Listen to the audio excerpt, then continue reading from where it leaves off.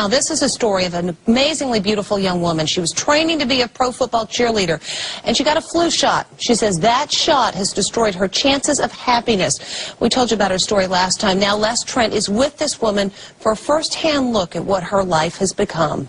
Right. She's the beautiful cheerleader whose heartbreaking story is shocking the nation. 25-year-old Desiree Jennings showed me how she can't walk without twisting, jerky movements. But she walks backwards normally.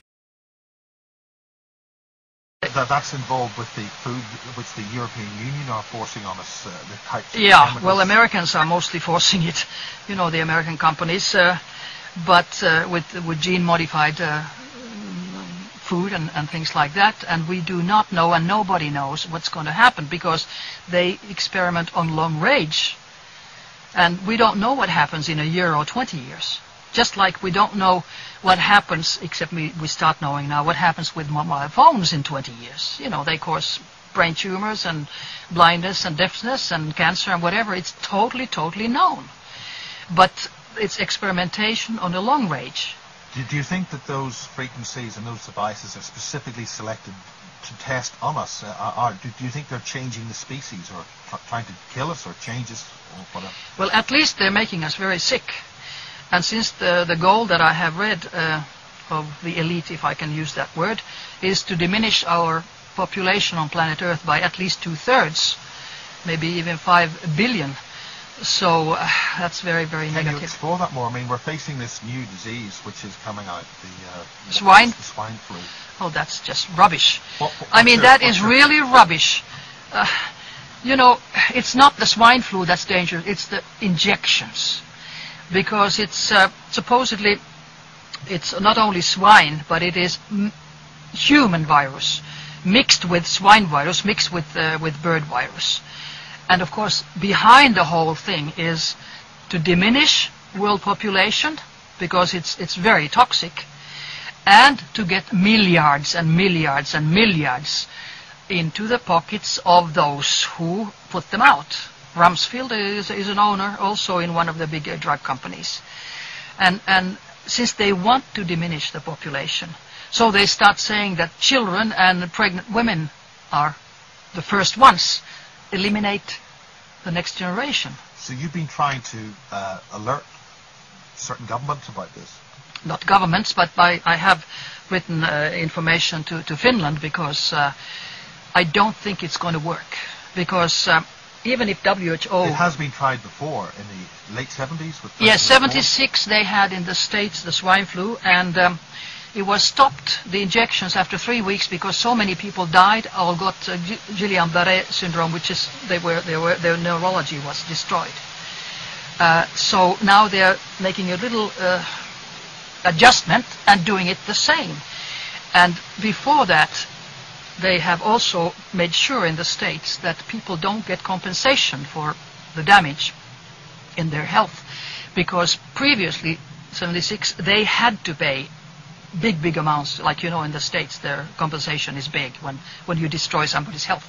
But now they have a law in the States that these companies are not liable, nothing in compensation, if the patient is killed or if the patient is sick for life. So they have really thought about it. So they can poison us and kill us and get away with it scot-free. That's right. So how is this happening? How are so many governments allowing this to just happen? Because they're not allowing it yet, because nobody has done anything yet. They are just having a scary program in the mass media. All mass media says, oh, it's going to be terrible. Now it's something, bang. It's a scary propaganda. And people get scared because they don't know.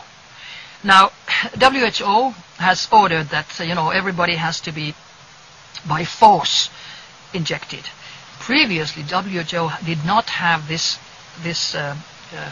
ability to tell them to force any government, because it was only recommendations. But it was 97, 98, I recall, that they signed with 194, was it, states above that if there is a pandemic, or, you know, real serious pandemic, so then they give an order. Now, in the beginning already, in the beginning of June, WHO said pandemic 6, that's the highest. Now, go to any country in the world. people are not sick. There are not millions in swine influenza. So this was just done to force people and prepare the governments to give injections by force. But it's not going to work. I don't think Norway is going to do it. So do you think the figures released by the World Health Organization are actually false? Or of course they are. Of course. But you have to remember, why do they do this? Always remember who benefits. Who benefits? They have been forced, in my mind, to do this. And by whom? Big Pharma. Big Pharma, which is, deals with the world population and the world money and all this. It's milliards.